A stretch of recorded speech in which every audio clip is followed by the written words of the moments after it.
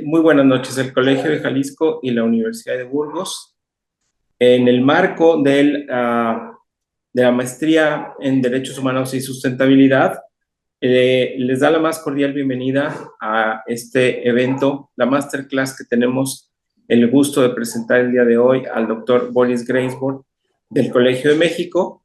Y para arrancar nuestro evento del día de hoy, le hemos pedido al doctor Roberto Arias, presidente del Colegio de Jalisco, nos pueda dar unas palabras de bienvenida y posteriormente pasaremos a la presentación del doctor Boris Greinsborg.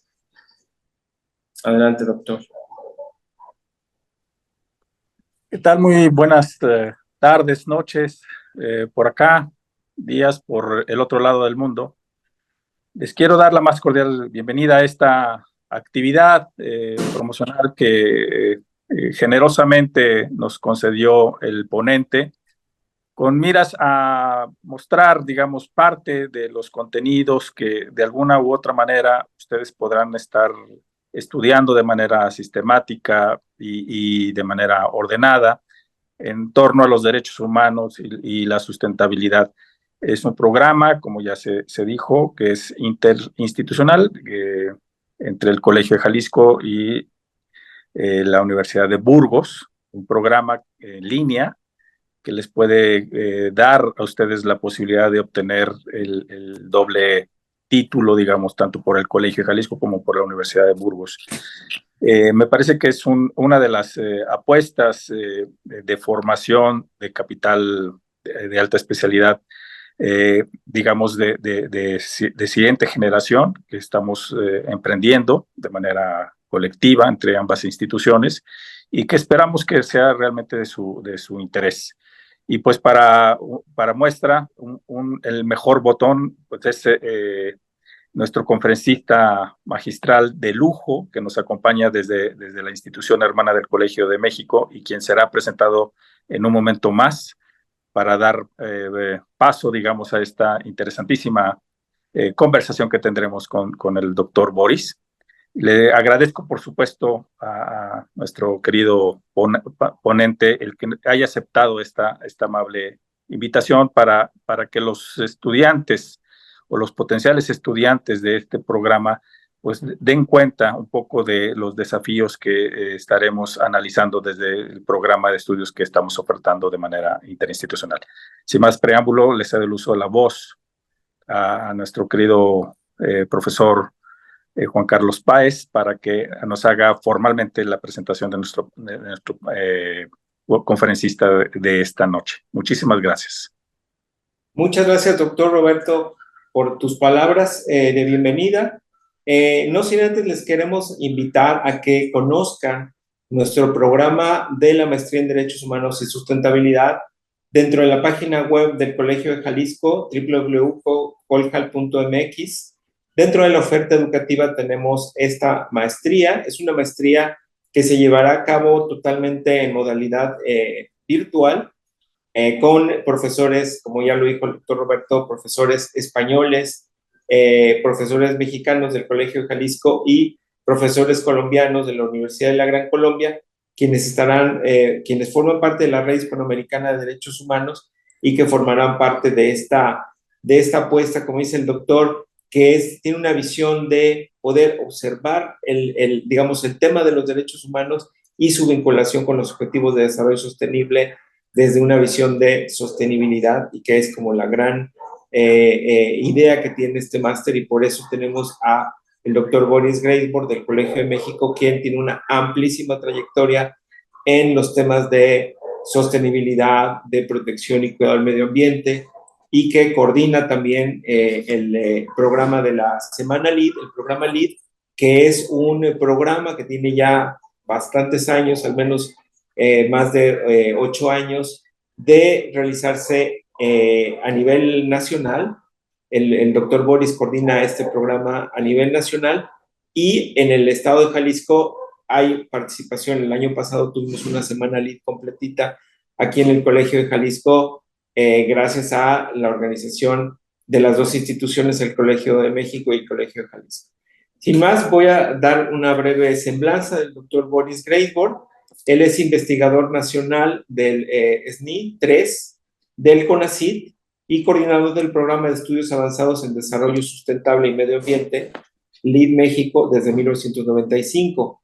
Es profesor investigador del Centro de Estudios Demográficos y de Desarrollo Urbano del Colegio de México y de 1977 a 2011 profesor de asignatura en la maestría y el doctorado de urbanismo de la Facultad de Arquitectura de la UNAM y de la maestría de estudios regionales del Instituto de Investigaciones Mora. Ha sido invitado regularmente a dar cursos completos a otras instituciones académicas internacionales.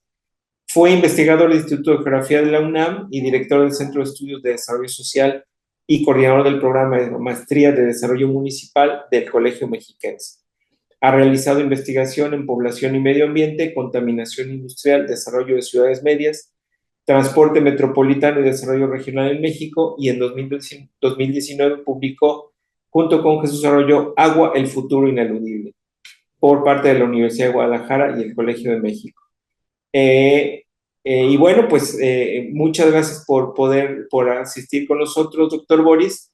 La conferencia que tienes programada para el día de hoy es sobre el medio ambiente y la economía global, como, digamos, esta interrelación entre el tema medioambiental y el impacto de la economía global sobre este. Sin más, pues agradecerte mucho, doctor Boris, tu participación y pues te cedemos el uso de la palabra.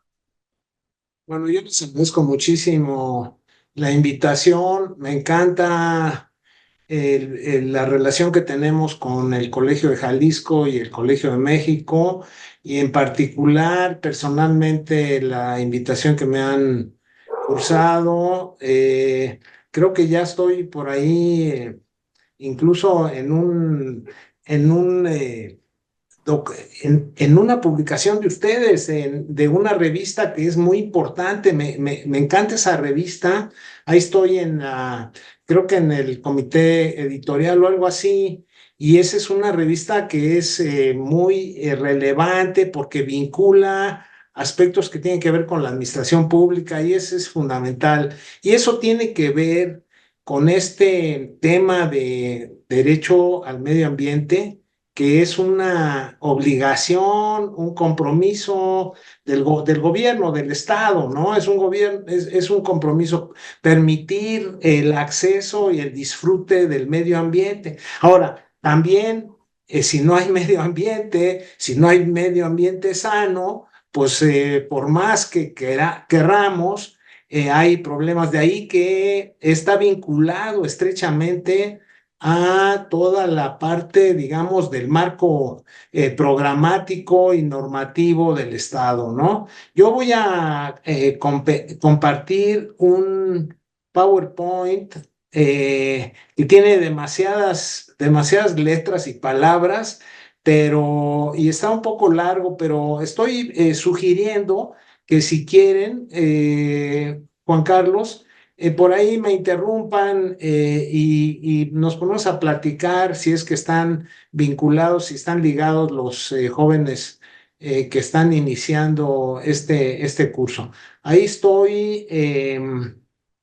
A ver, no sé si ahí está ya. Todavía no, doctor Boris. A ver, ¿sí? Aún no, doctor. ¿No? Me pensé que ya estaba. Compartir, a ver. Ahora sí, ya va. ¿Sí? Ya ahí está, doctor. Bueno, muy bien. Entonces, déjenme poner la pantalla completa. Bueno, miren, medio ambiente y escala global. Yo doy un curso en el doctorado de aquí del Colmex, de estudios urbanos y ambientales, sobre ciudades y regiones en la economía global. Y en realidad, siempre les digo que toda política social, toda política urbana, toda la política regional es política ambiental. Y es ineludible el tema en todas las escalas. Entonces, por eso le puse la palabrita esta de escalas. Entonces, lo que quiero hacer es ver precisamente dar un recorrido acerca de los temas o los aspectos que considero muy importantes, la forma en que se reflexiona acerca del ambiente, de la naturaleza, de la relación sociedad-naturaleza los diferentes enfoques, aunque tengo que reconocer y reivindicar mi sesgo de geografía, mi sesgo geográfico que ustedes van a apreciar a lo largo de esta presentación. Entonces, cinco partes, nada más una laminita de ciencia. ¿Por qué? Porque en la geografía tradicionalmente, o sea, la geografía, yo creo que, no sé si todavía, pero se representa, cuando yo empecé a estudiar geografía, se representaba la geografía como un arbolote que tenía dos grandes ramas, una rama física y una rama humana, o geografía física, geografía humana, geografía física, geografía política, depende cómo se veía, pero digamos física y humana. Y luego factores que tienen que ver con ese enfoque geográfico acerca de la transformación del paisaje, luego una variable que creo que es muy importante y cada vez más importante en este siglo XXI, y luego la preocupación, digamos, de la actividad humana en el planeta y una reflexión pequeña sobre este llamado nuevo paradigma ambiental.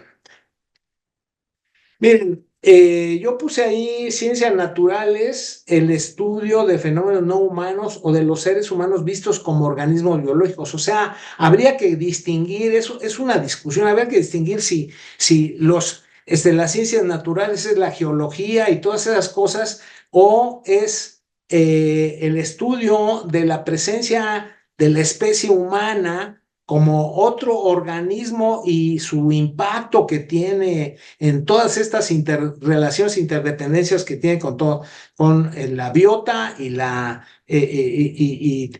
digamos, todos los recursos, el capital natural, etcétera, etcétera.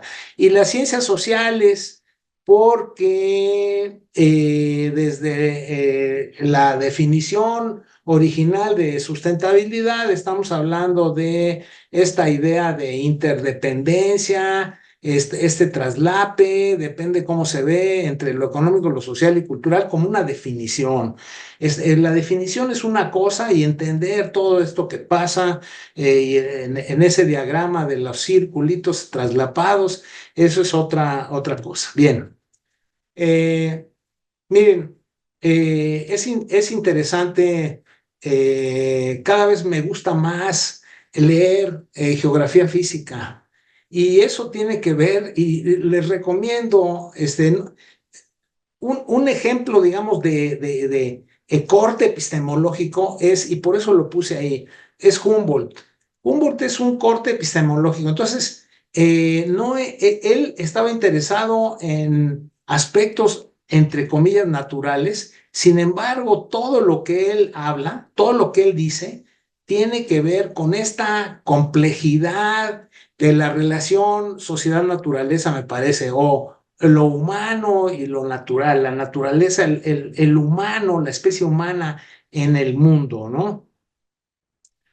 Y el otro aspecto, ¿no? Digamos, el enfoque o una forma de definir el enfoque de las ciencias sociales en términos, digamos, de transformar, o sea, el propósito de estudiar al individuo, al hombre, a la sociedad, es para intervenir de alguna manera y en el extremo llega a considerarse como algo cercano a una especie de ingeniería social.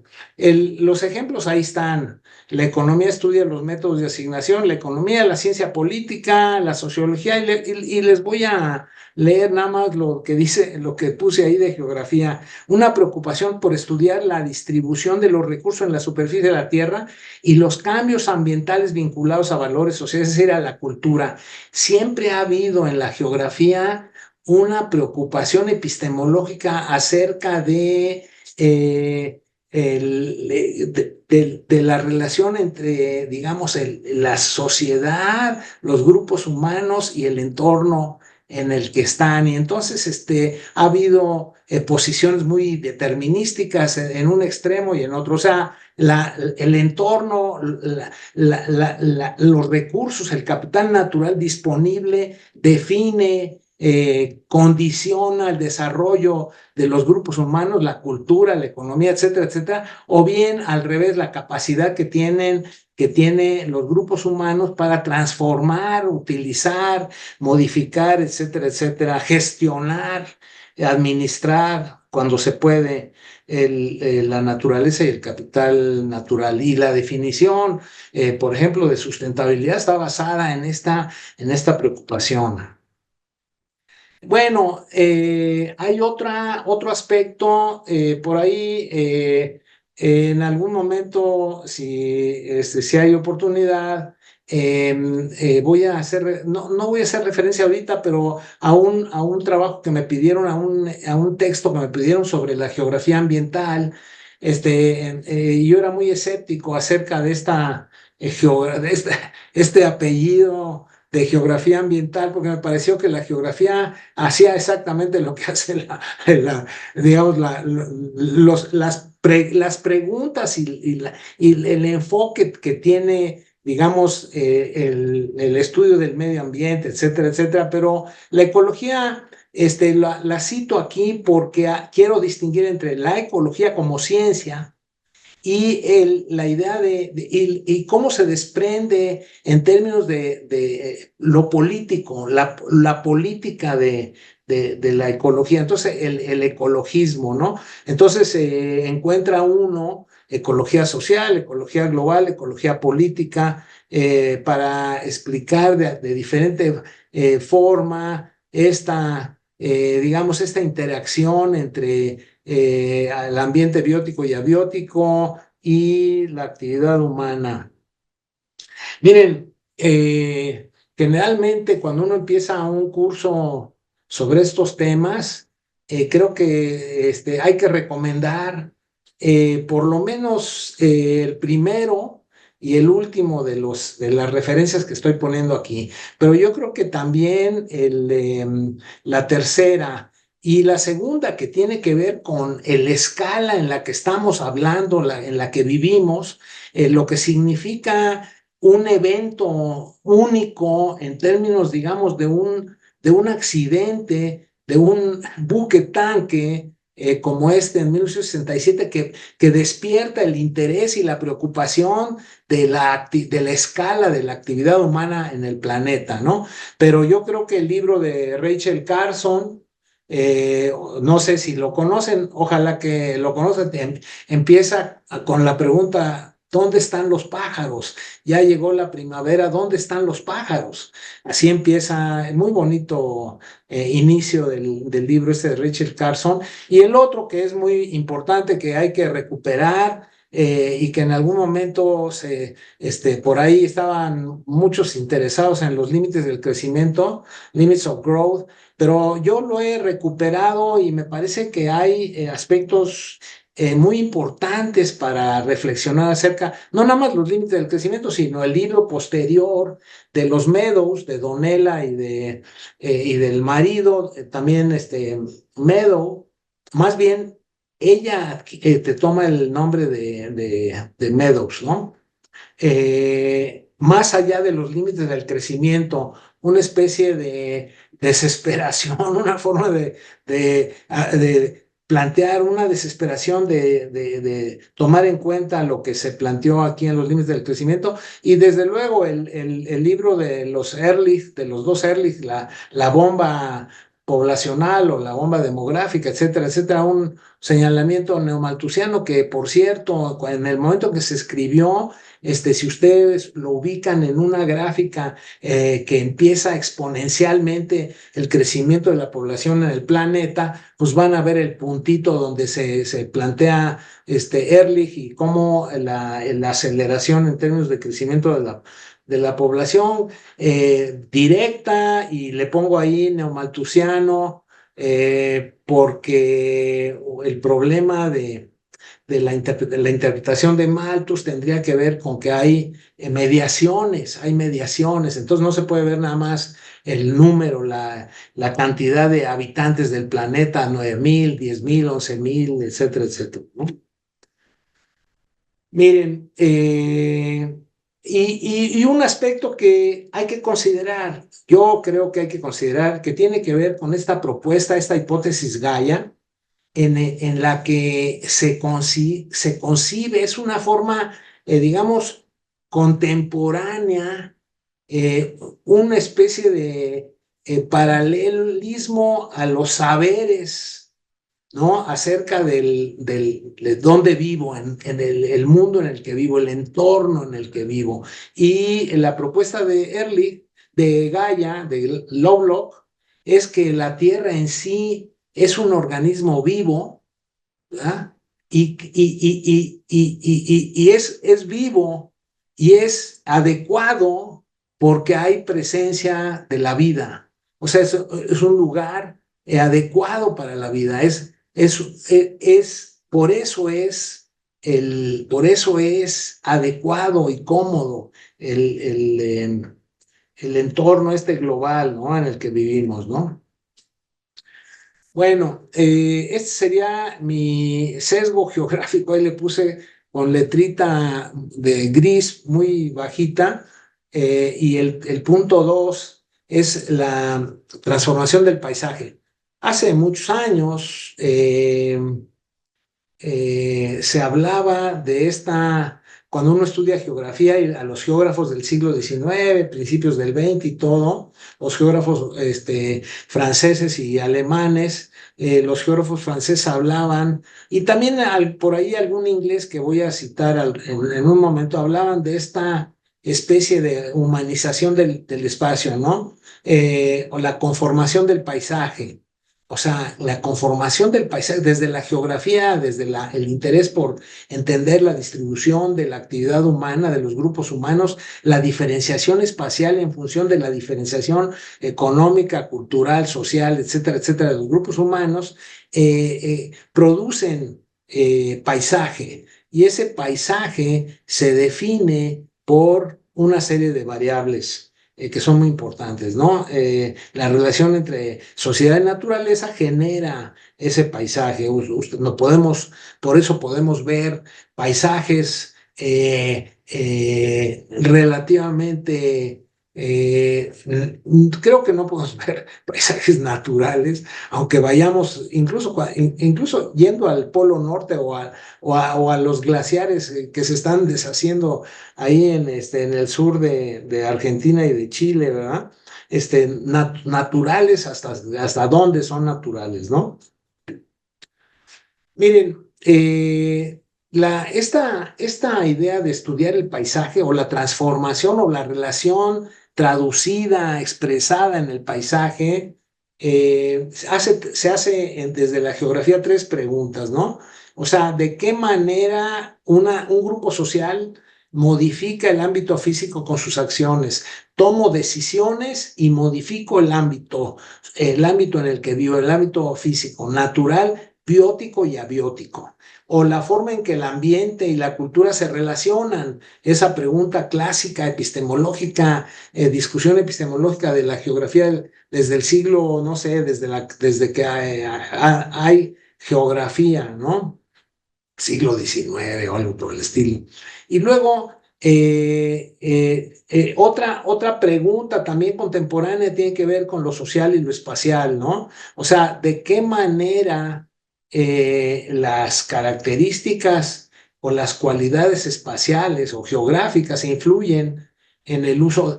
¿Qué es lo disponible? ¿Cuál es la disposición que hay en términos del entorno? Todas las características cualitativas del entorno y la forma en que se explicaría y la relación recíproca o la interdependencia compleja para explicar las relaciones entre el sistema ambiental y la sociedad.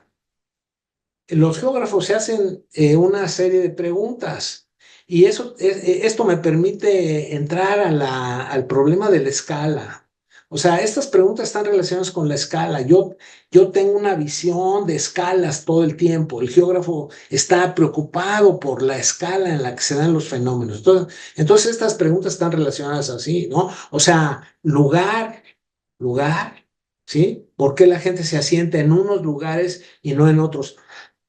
Perdón, hay un excelente librito de un geógrafo inglés que habla de cómo de la capacidad de grupos humanos para enfrentar las condiciones de la naturaleza, ¿no?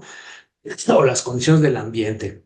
El otro tiene que ver con esta maravillosa trayectoria que uno lee cuando estudia a Humboldt, ¿no? Cómo varían las formas de vida en las diferentes partes del mundo.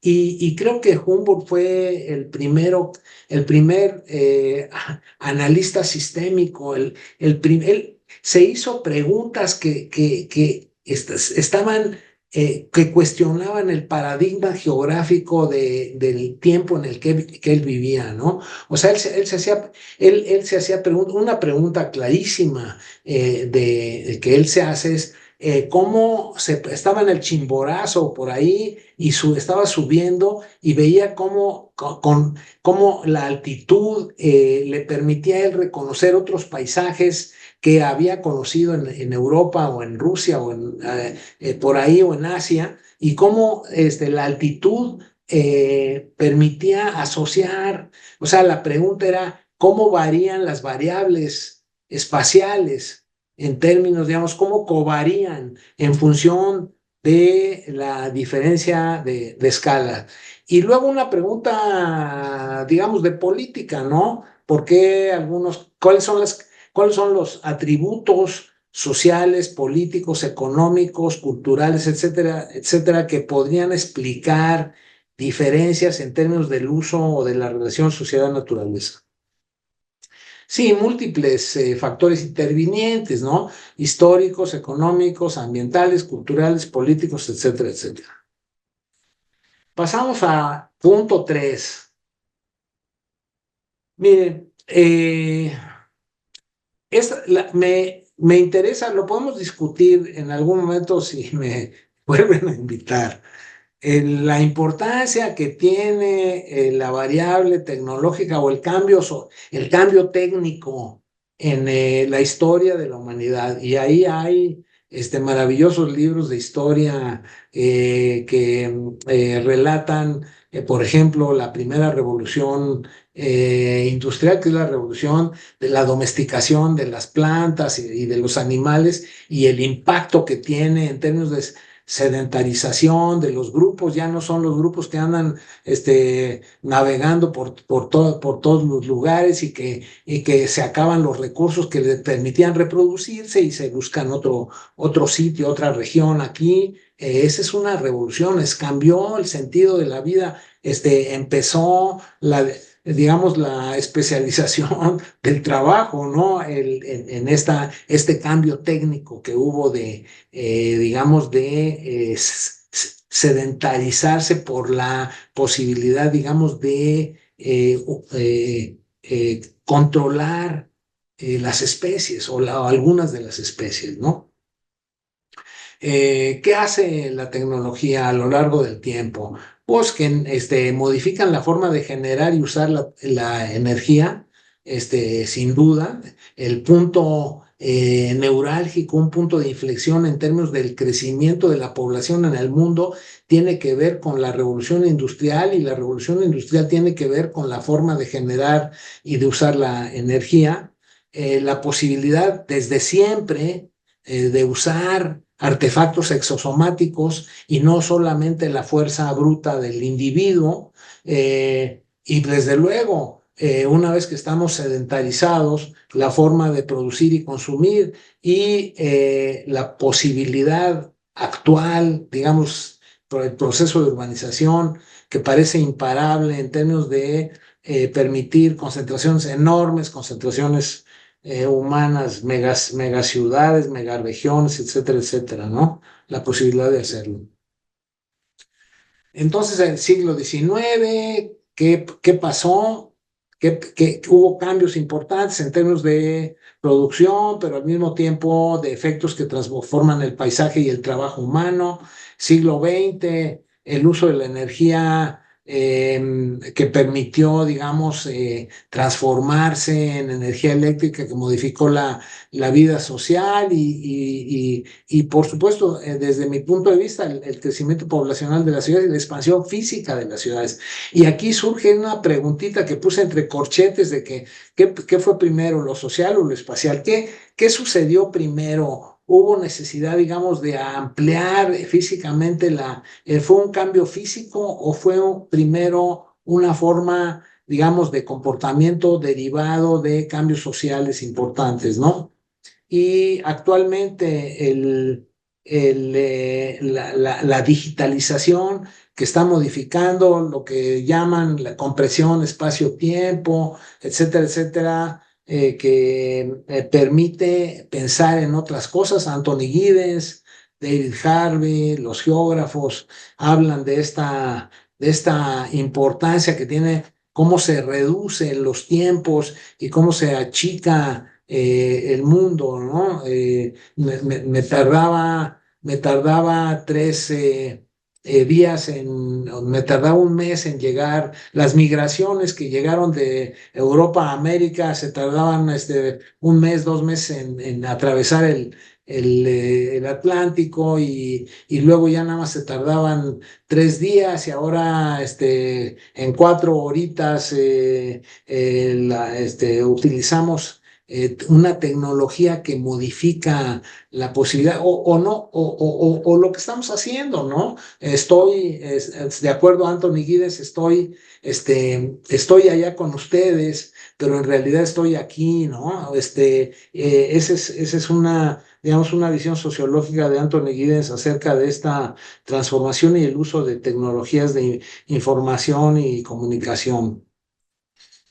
En ese cambio, en esa última etapa de esa trayectoria que podemos trazar desde, no sé, miles de años y cómo se mantuvo la población en 200, 300, 400 millones y las variaciones que hubo por diferentes efectos ahí de plagas y cosas por el estilo que acababan con una cuarta parte de los 300 o 400 millones, y etcétera, etcétera, y el punto de inflexión en la que se va achicando el tiempo que se tarda porque la tasa de crecimiento va aumentando rápidamente, una tasa de crecimiento de 3%, 4% que fue la que experimentó el crecimiento poblacional en México. Yo, cuando estaba en primaria, México tenía 27 o algo así millones de habitantes, luego en secundaria ya tenía 40, y luego ya en la facultad, cuando estaba yo en la facultad ya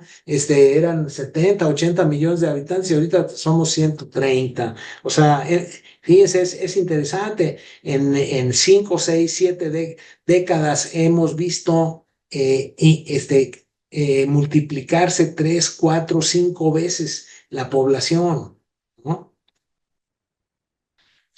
Pero todo eso permite una conciencia o da lugar a una conciencia en términos del carácter finito. No son nada más los economistas los que plantean esta finitud, digamos, más bien los economistas no reconocen hasta recientemente o rechazan esos señalamientos que hubo hace tiempo de economistas que pensaban en términos ecológicos y de la finitud del planeta. Son estos puntos de inflexión en términos, digamos, por ejemplo, el pequeño librito enorme de Barbara Ward y René Dubois, Una sola tierra, o el de Kenneth Boulding, La nave espacial, ¿no? Su finitud y las condiciones que implica pensar que el globo terráqueo, que el mundo, que la tierra en la que vivimos es finita y por lo tanto es un sistema que no es infinito, y de ahí la justificación, digamos, metodológica y filosófica acerca de la sustentabilidad y todas esas cosas, ¿no? Y entonces reconocemos dos aspectos. O sea, por un lado, la resiliencia, la capacidad del ambiente, y eso lo vemos en términos prácticos, físicos, geográficos, acerca de la posibilidad de que los recursos, el ambiente biofísico no se deteriore. O sea, la capacidad que tiene de no rebasamos el umbral, ¿verdad? Rebasamos el umbral, rompemos la capacidad de resiliencia de los sistemas biofísicos. Y la otra, ¿no? ¿Cómo manejamos los recursos? O sea, cómo entendemos el entorno, la escala de los ecosistemas en los que vivimos, cómo entendemos las relaciones que tiene nuestra acción, nuestra actividad en términos del uso de recursos, del uso de capital natural, y por ahí hay un planteamiento importante en términos de distinguir entre sustentabilidad dura, hard sustainability, y soft sustainability, que es absolutamente importante y que toca en la forma en que entendemos los planteamientos de Brundtland y todos esos planteamientos que hay por parte de los organismos intergubernamentales. A ver, miren, geógrafos físicos, que este es un librazo, de Gregory, es un librazo de Physical Geography, pero ¿cómo está vinculado? ¿Cómo entienden los geógrafos físicos? Fíjense, ¿cómo entienden los geógrafos físicos la relación sociedad-naturaleza frente a cómo entienden los geógrafos humanos los contenidos, digamos, éticos, metodológicos, conceptuales e ideológicos desde los diferentes enfoques modifican la forma en que entendemos esta compleja relación, ¿no? Aquí me pareció que era interesante. Hay una vinculación entre lo físico y lo social, y entonces hay digamos, una propuesta multidisciplinaria, y ahí tratamos de abordar, entender, comprender estas relaciones, o hay una, digamos, propuesta transdisciplinaria, ¿verdad? En la que cambiamos el protocolo de la forma en que pensamos estos aspectos adentro, ¿no? Desde adentro, y están vinculados con todas estas, en el margen, están vinculados con estas ciencias distintas, ¿no? Porque están orientadas a aspectos que relacionan lo económico, lo histórico, lo disciplinario con lo que está sucediendo en términos de la relación sociedad-naturaleza. Miren, impacto de la actividad humana. No les, desde luego, Vitusek tiene un paper fundamental en que mide y dice cómo estamos, cómo la actividad humana está destruyendo toda la capacidad que tiene la naturaleza para proveer recursos, etcétera, etcétera, o cómo incluso afectamos el comportamiento y las condiciones ecosistémicas, ¿no? Pero fíjense, por ejemplo, Marsh, hay un librito, un antecedente de Marsh, en donde se planteaba, lo planteaba desde esa manera, y lo estoy poniendo en cursivas. El hombre todavía tendría que poner un paréntesis para poner sic, pero es genérico el uso de esto. Y 100 años después, el libro de Thomas, que habla de esta relación también, y desde luego este programa que resulta de una preocupación de la relación también hombre como genérico entre de la biosfera y digamos, sí, los seres humanos, ¿no? Una preocupación en los años 60, y la finitud de los recursos. Esto está derivado en parte de todos esos libros que yo les mencioné de los años 60, 70, ¿no? Y los señalamientos, fíjense, el de Ward o el de Boulding de 1966. Este texto de Turner es muy importante porque reunió a un grupo de científicos muy reconocidos a partir, digamos, de un interés de los organismos intergubernamentales para estudiar el impacto de la actividad humana en el planeta y cuáles eran las condiciones, y se deriva desde luego de los estudios de Meadows, ¿no? De los límites o de más allá de los límites, ¿no? Entonces, este trabajo yo creo que es fundamental y hay que consultarlo, especialmente o sea, cómo se plantearon los cambios en el largo plazo y qué impacto tendrían esos cambios en la humanidad, ¿no?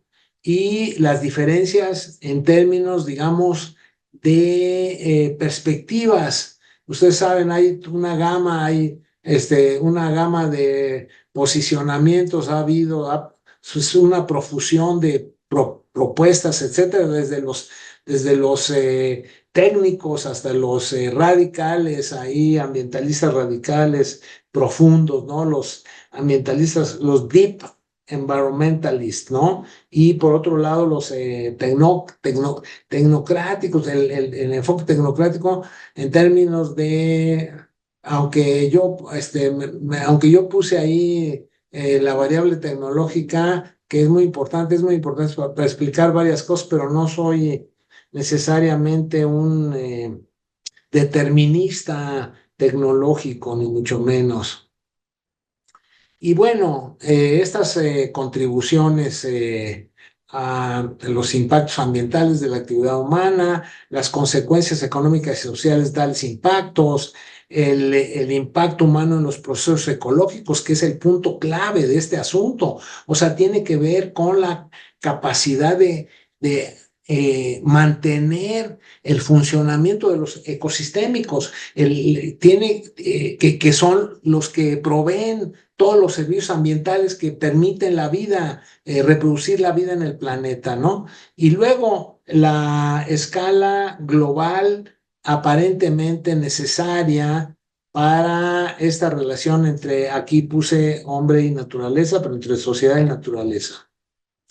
Y luego por ahí un planteamiento, digamos, paradigmático en donde intervienen todos los científicos sociales, en este caso estos dos sociólogos que plantean una perspectiva de sociología ecológica que me parece muy relevantes, en donde se plantean cuáles son las soluciones viables, ¿no? ¿Qué sacrificios son necesarios para mantener, digo, mejorar, no sé, habría que ser muy optimista, la calidad de vida, de la vida social, ¿no?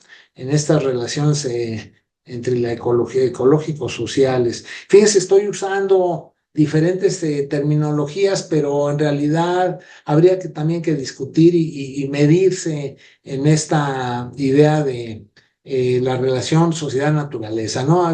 ¿Qué quiere decir eso? ¿Qué quiere decir qué hay atrás de la relación sociedad-naturaleza? ¿Qué hay atrás de esa compleja relación, interdependencia entre sociedad y naturaleza? ¿Cómo lo desagrego? ¿Cómo lo desdoblo? Pues, miren, esta propuesta me gusta porque nos hace pensar en estas posibilidades, ¿no?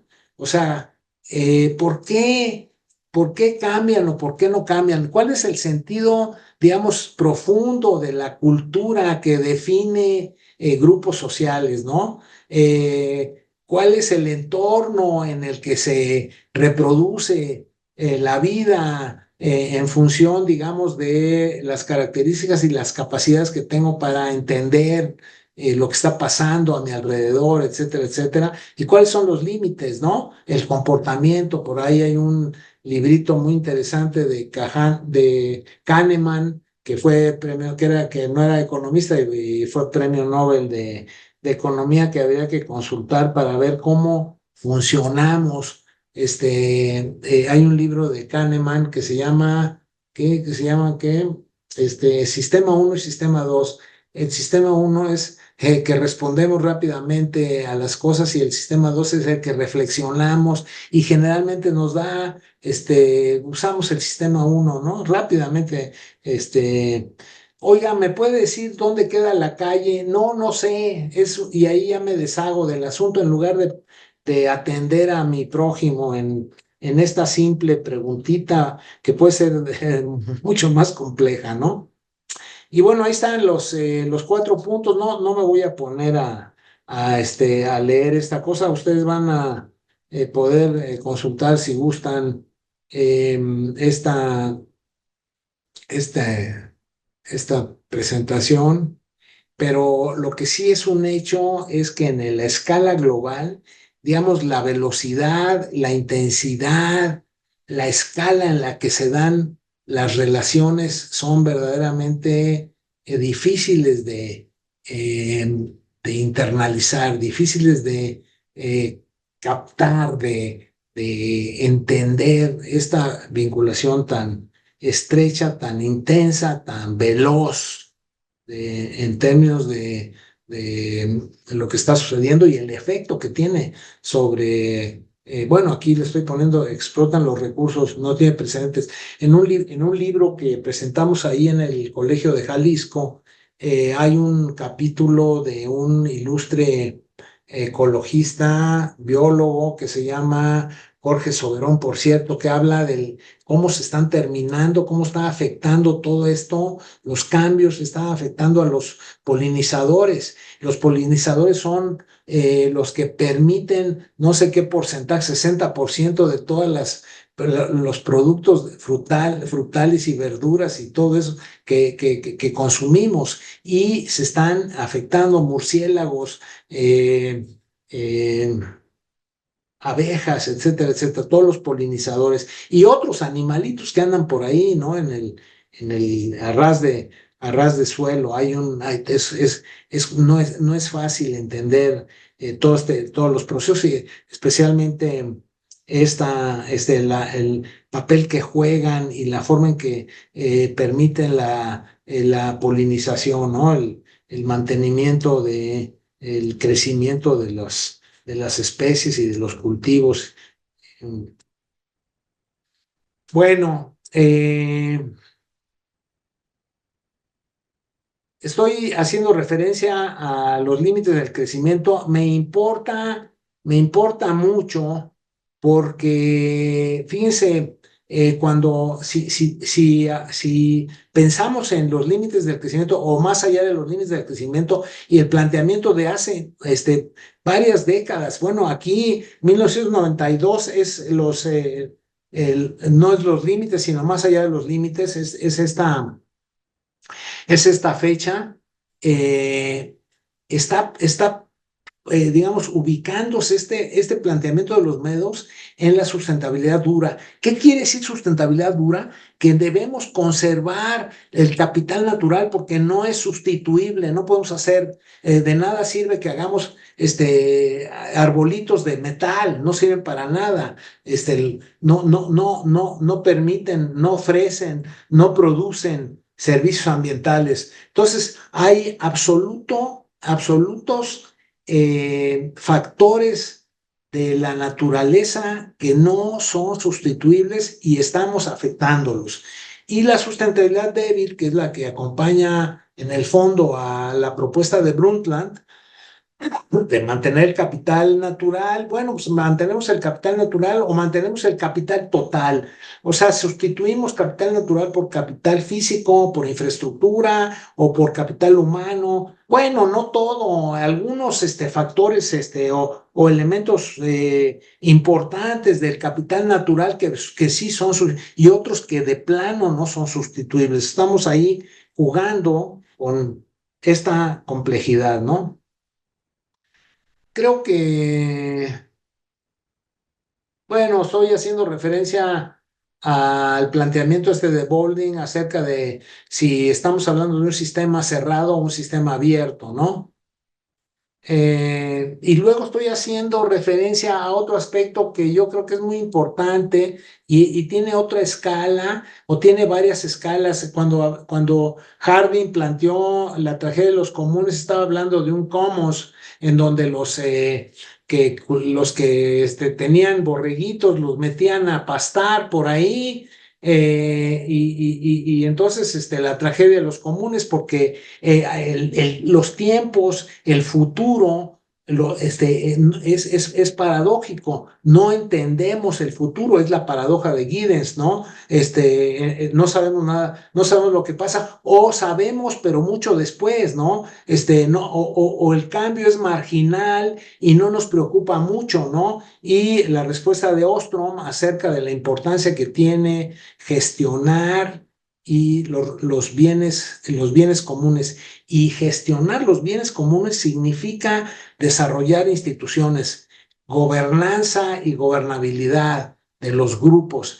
Y eso lo mandamos a la escala global y entonces parece imposible parar la explotación de los mares, de los recursos marítimos, ¿no? O sea, no sé cuántos ahí hay noticias, no sé cuántos millones de tiburones que les cortan la aleta porque les gusta mucho la aleta y tiran el animal ahí, el animal no dura, no puede sobrevivir y millones al año, ¿no? No digamos ballenas, etcétera, etcétera, las fábricas flotantes, pero bueno.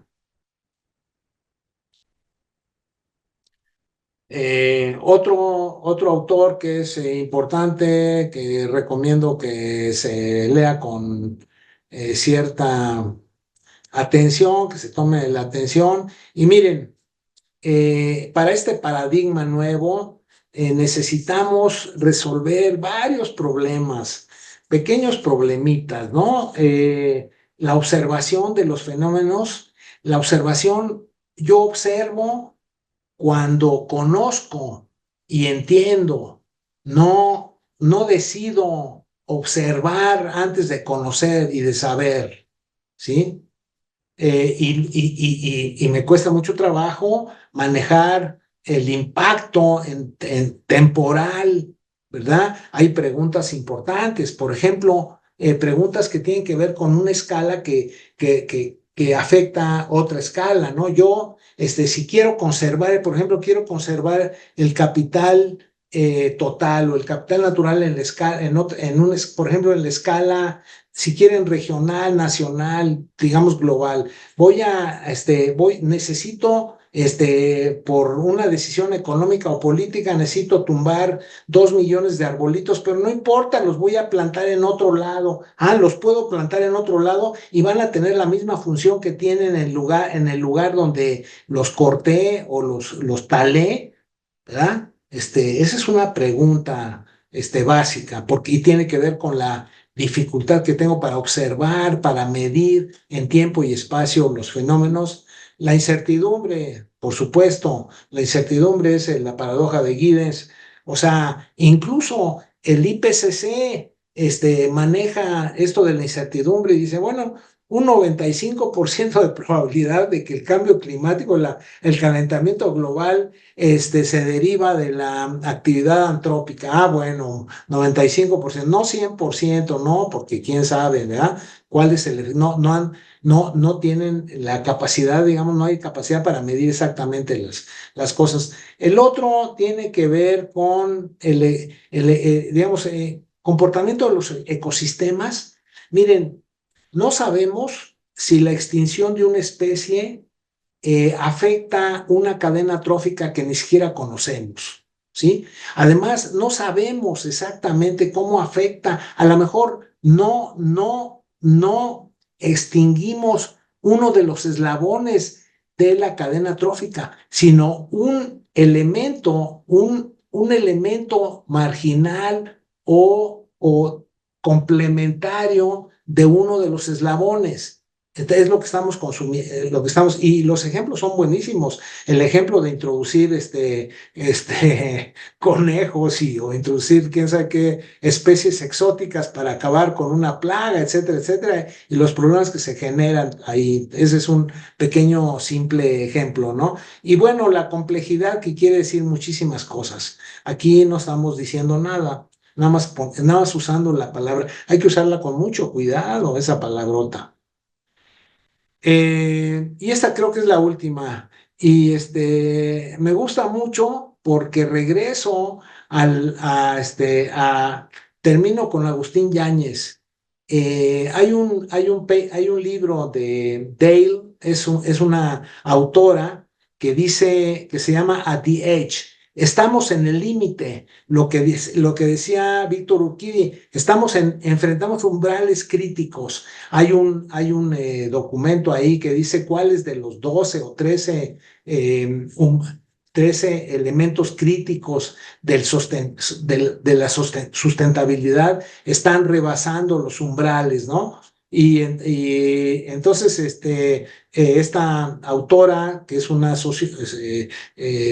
científica social, habla de que estamos en el límite, at the edge, y lo asocié con el término de al filo del agua, que metafóricamente planteaba en ese maravilloso libro que así se llama, Al filo del agua, de Agustín Yáñez, de hace no sé cuántos años. Ustedes sabrán mejor que yo de hace cuántos años. Y ahí termino, ¿eh? Ahí termino, Juan Carlos.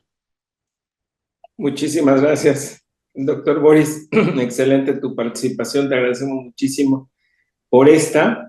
Y bueno, yo te quería preguntar básicamente algo antes de ver si tenemos ahí preguntas del público, pero sí me gustaría preguntarte particularmente en el tema el camino, digamos, en el camino del desarrollo sostenible, concepto que también se utiliza bastante del decrecimiento económico, la desmaterialización y digamos, cómo influye esto sobre tanto la producción industrial y en términos también de las pautas de consumo y hacia dónde estamos caminando como civilización en términos de estos elementos. Es decir, por supuesto que las grandes producciones, las grandes compañías transnacionales que producen bienes y servicios no están dispuestos a hacer un decrecimiento económico, pero los límites planetarios cada día están más, digamos, más restrictivos, más restringidos en términos de ecosistemas, como dice este documento de hacer las paces con la naturaleza del PNUMA. Entonces, ¿hacia dónde vamos, doctor Boris, en esta etapa, en los próximos 20 años? ¿Hacia dónde tú miras esta interrelación entre la economía global y el medio ambiente? Fíjate que había una calcomanía que pegaban en los baños en la Secretaría de Medio Ambiente que decía, ¿cuánto cuesta el agua? Pues infinito si ya no hay. El agua cuesta infinito cuando ya no hay, ¿no? Entonces, eso es por un lado. Por otro lado, mira, hablar de decrecimiento en la escala en la que se están haciendo las cosas, pues necesita haber un cataclismo para poder plantearse una cosa de esas, ¿no? O sea, otro choque de un asteroide para acabar con especies y empezamos de nuevo. Me cuesta trabajo pensar en eso. Y no es que no me gusten las utopías. Sin embargo, ¿cómo traduces la utopía? ¿Cómo la traduces, no? Es decir, ¿cómo haces para, digamos, pragmáticamente reducir? Ahí tienes el umbral, tienes la línea. Vamos a suponer que la línea para mantener, o sea, ya regresamos el 1.5 grados centígrados. Entonces vamos a suponer que la línea es 2 grados centígrados, que ni siquiera sabemos bueno, ya estamos empezando a saber, o sea, ya Nueva Delhi ya sabe, porque alcanzó 52 grados centígrados en la temperatura hace unos días en Nueva Delhi, ¿no? Entonces ya sabemos, ¿no? Pero lo que quiero es decir, bueno, ¿cuál es la posibilidad, digamos, de reducir en la escala en la que estamos? Entonces, se plantea ¿no? La economía circular. Entonces, la economía circular es como una especie de ajuste a lo Brundtland, ¿no? O sea, lo Brundtland es cómodo porque es lo que todos los organismos intergubernamentales lo plantean, ¿no?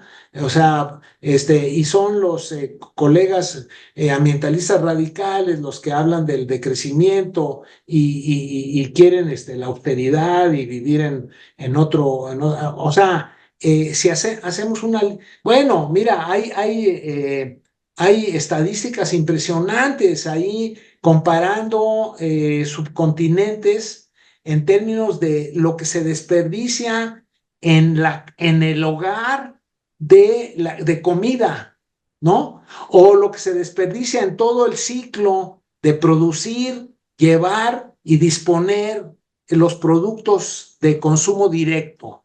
Entonces, es impresionante. Entonces, hay diferencias muy importantes para plantearse. En los países, por ejemplo, en el caso de México, hay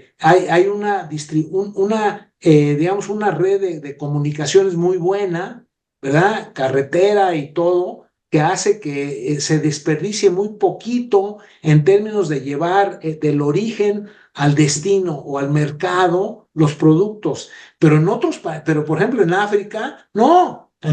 Se pierde enorme. Sin embargo, en el hogar no se pierde nada.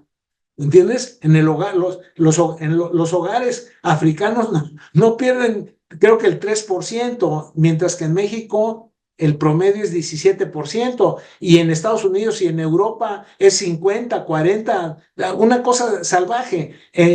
Ahí, en términos de producción, son muy eficientes, entonces no desperdician nada. ¿Sí me explicó? O sea, a lo que voy es que el planteamiento necesita desagregarse, necesita analizarse el planteamiento. O sea, ¿qué significa? Yo estoy de acuerdo en el fin, pero a ver, órale, vamos a ponerlo ahí. Entonces, los países que están por encima de la generación per cápita y total de gases de efecto invernadero, a ver, hazlos que lo bajen, ¿no? ¿Sí? Oye, deja de comer, deja de tener en tu mesa un steak, un filete, en lugar de 4 días, nada más 3 o nada más 2 días. No se acepta, no se acepta. O sea, por eso, de ahí, el problema del comportamiento humano, ¿no? De ese tipo de cosas. Entonces, y luego las posiciones más cómodas son las que se adoptan, ¿sí? O sea, todos estamos muy emocionados con la economía circular.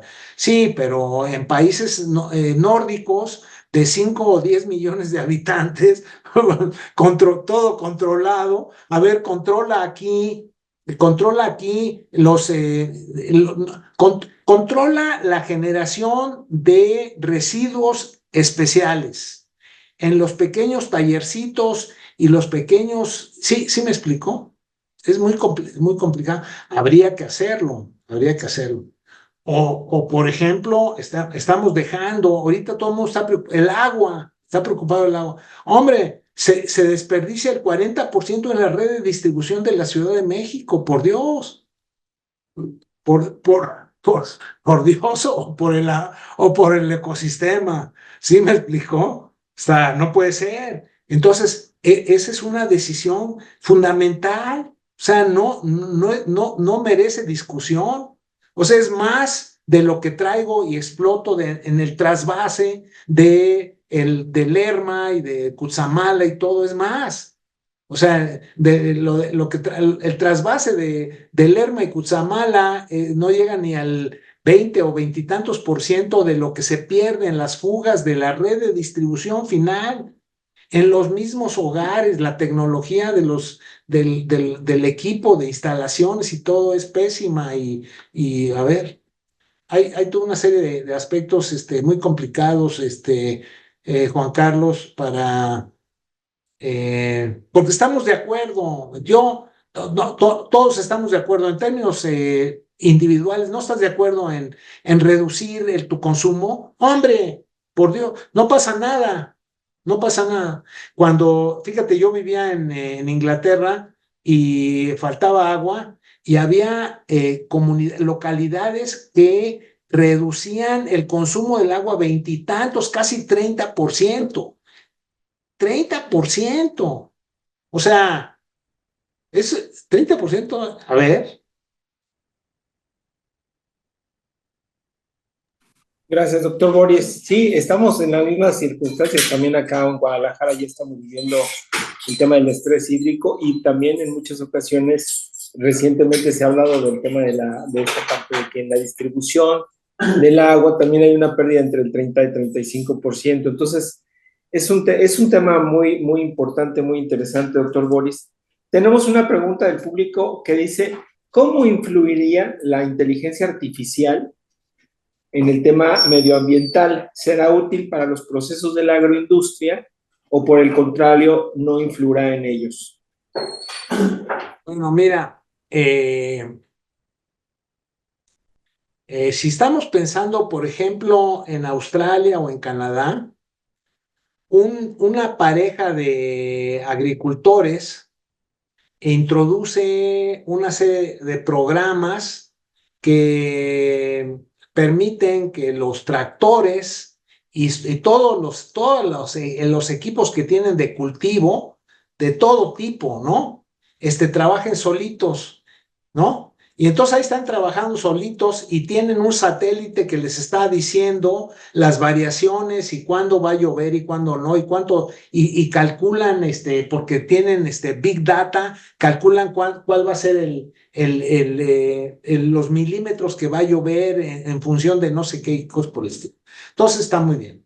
Aquí, a ver, aquí yo he ido durante los últimos 30 años a visitar el distrito de riego número 1, que está en Aguascalientes. Y hace unos años el gobierno intervino a solicitud también de los propios pequeños, hay ejidatarios y hay pequeños productores, y el gobierno intervino y construyó una infraestructura muy importante de muchos millones de pesos para limpiar, para hacer llegar el agua de la presa, ¿verdad? Que fue la primera presa que se construyó en el país, ¿verdad? Para hacerla llegar al distrito de riego, para cambiar el riego, ¿verdad? Por riego canalizado, ¿no? Para que llegara limpio y todo eso y fuera mecánico bueno, ahí también hay programas, está programado, está digitalizado. Los primeros años la gente rechazaba el cambio. Entonces, a mí me sorprendió las últimas veces que he ido que muchísimos han cambiado. ¿Sabes? Es un problema cultural. Resulta que los que empezaron a cambiar eran los que tenían sus hijos en Estados Unidos y en Canadá y regresaban a México y los convencían que cambiaran. ¿Sí? Un problema social, cultural. ¿Sí? Entonces, y ahora los vecinos están viendo que están generando ingresos mayores, que tienen mejor nivel de vida y todo ese tipo de cosas, entonces ya también están tratando de cambiar. Entonces son problemas que involucran o sea, la adopción de innovaciones es muy complicada. Yo, por ejemplo, estoy absolutamente en contra de los automóviles eléctricos. A mí me gustan los automóviles híbridos, porque el híbrido no depende de una tremenda infraestructura que nunca vamos a tener. A ver, yo quiero ir de aquí a Torreón. necesito pararme en cinco estaciones para cargar mi batería. ¿Sí me explicó? Y en el híbrido hay una combinación entre, claro, ¿sí? ¿Me entiendes? Se impone una tecnología de allá, exógena. Entonces, depende cómo se usa. Yo no estoy en contra de la inteligencia artificial, pero hay que planteársela adecuadamente. O sea, es un problema, David Harvey dice, ¿no? Es un problema contextual, es contextual. Es el contexto el que te permite tomar una decisión en términos de un cambio técnico, a fuerzas. ¿No? No sé si contesté, pero No, muy interesante, doctor. Definitivamente sí, también hay que pensar en esta parte de lo que decías ahorita de los automóviles eléctricos, también el costo, el impacto ambiental que tiene también la producción de las paneles de litio y todo esto que se construyen, que también tienen un alto impacto ambiental, definitivamente.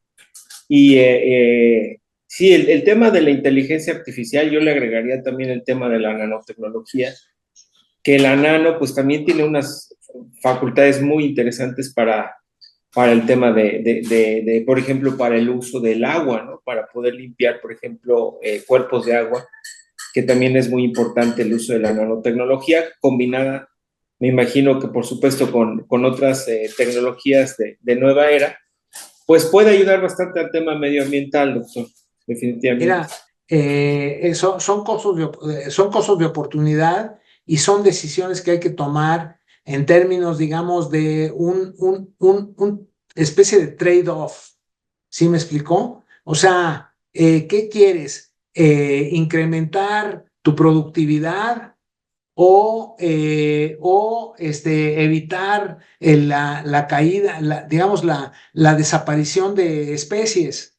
¿No? O sea, los que producen 15, 18, 20 toneladas, incluso cerca de Guadalajara hay zonas que producen 18 toneladas por hectárea de maíz, pero están usando agroquímicos para elevar la productividad. Entonces, o sea, eso tiene un efecto, y estás reduciendo la posibilidad, digamos, de mantener producción de otras especies, de otras variedades ahorita todo el mundo come ese aguacate Hass. Oye, y los otros aguacatitos que comíamos ahí, que lo poníamos ahí en el taco, que nos hacíamos un taco de aguacate, eso ya no, ya ¿dónde están? Bueno, doctor, y aparte de todo, bueno, pues tú sabes que el aguacate lo has visto en las últimas visitas que has hecho también por estos rumbos, el tema del impacto ambiental que están teniendo las aguacateras en la zona sur de Jalisco y en Michoacán, que obviamente también tiene que ver con esta parte de que son monocultivos muy agresivos para la deforestación. Entonces, por supuesto que es un tema de mucha importancia, doctor Boris. Doctor Boris, pues mira, agradecerte, nos hemos pasado ya un poquito del tiempo para que también por respeto a tu tiempo y todo, y por supuesto pues que es en la noche, queremos agradecerte muchísimo, doctor Boris, la posibilidad de haber podido compartir con nosotros tus conocimientos, tu experiencia en estos temas, que es muy amplia y que por supuesto pues nosotros encantados de que nos puedas visitar próximamente en el colegio para organizar ahí una serie de conferencias. Por supuesto, pues verte en la Semana LEED, que será algo muy grato poderte tener por acá para la Semana LEED en el mes de septiembre. Y bueno, pues agradecer a las personas que pudieron acompañarnos en la transmisión. Por supuesto, también el favor de su atención. Muchas gracias, doctor Boris. No, yo les agradezco muchísimo y creo que no me interrumpiste a los 45 minutos. Es que está muy Este, interesante, doctor. Oye, pero yo con mucho gusto, luego te voy a mandar el PowerPoint Te acabo de mandar un artículo que se publicó por ahí sobre el G20 y el ODS 17, que a lo mejor puede ser útil en términos, digamos, de lo que están, de los contenidos o para la bibliografía y las referencias de la maestría, desde luego, y estoy a sus órdenes. Siempre para mí es muy grato y me siento absolutamente complacido de, sabes que siempre me preguntan que de dónde es mi apellido, les digo, pues de Guadalajara, pues, pues, ¿no? ¿Qué les Claro que digo? sí. No, Pues, pues ya sabes, Boris, siempre bienvenido acá en tu tierra. órale, pues. Gracias, Bueno, doctor, y bueno, oye, pues saludos al presidente, saludos. claro que sí, les Y a mandaremos. todos los colegas de ahí del Colmex, ¿no? Del colegio del Coljal, Claro también que sí. que me siento muy agradecido. Gracias, doctor Boris. Igualmente, saludos a todo tu equipo de programa LEAD y nos veremos pronto. Muchas gracias.